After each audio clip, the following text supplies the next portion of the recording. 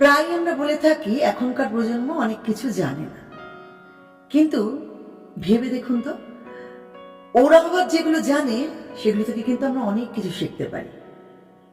দেখো, প্রযুক্তি, ডিজিটাল, এগুলোর সাথে তো ওরা বড়ই হয়েছে, তাই এগুলো নিয়ে আমি কোনো কথা বলছি না। আমি আমার রিয়ালাইজেশন কিছু আপনাদের সাথে ভাগ করি, ঠিক এই এখনকার প্রজন্মদের নিয়ে। সবার প্রথম জানেন ওদের কাছে কি শেখা? যে না বলতে শেখা। ওরা নাকে না বলতে জানে।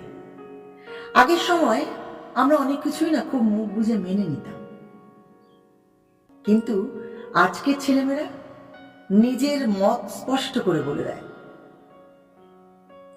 দেয় এটা আমি করতে চাই না। তাহলে বলুন তো, ওদের কাছে কি এটা শেখার নয় যে নিজের মনের কথাটা যেন গুরুত্ব পায়? 2 নম্বর কি? 2 নম্বর হলো নিজের মনের যত্ন নেওয়া। আগে আমাদের মন খারাপ হলে আমরা ভাবতাম মন খারাপ হয়েছে মানে লুকোতে হয়, কিন্তু আজকালকার ছেলে মেয়ে বলে আমি এখন ভালো নেই, একটু সময় চাই। তাহলে বলুন তো, এগুলো কি আমাদের শেখায় না যে মানসিক স্বাস্থ্যের যত্ন শরীরের যত্নের মতোই প্রয়োজন? 3 নম্বর কি শেখার? নিজের পছন্দকে গুরুত্ব দেওয়া। আসলে আগে না সমাজ বা ওই পরিবারের চাপে না আমরা নিজেদের পছন্দগুলোকে ভুলে যেতাম, কিন্তু আজকের প্রজন্ম যেটা পছন্দ করে সেটাকেই গুরুত্ব দেয়, চাই সেটা পেশা হোক, পোশাক হোক বা তার জীবনধারা হোক। এটা ওদের কাছে শেখার যে নিজেকে ভালোবাসাটা কতটা জরুরি।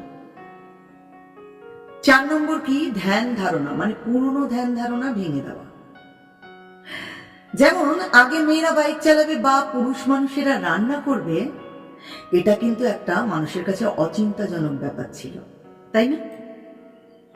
কিন্তু এখনকার প্রজন্ম এসব সহজভাবে নেয়, তাই ওদের কাছ থেকে এটাই শেখার, মানুষ হিসাবে কাজ ভাগ করে নেওয়াটাই কিন্তু আসল।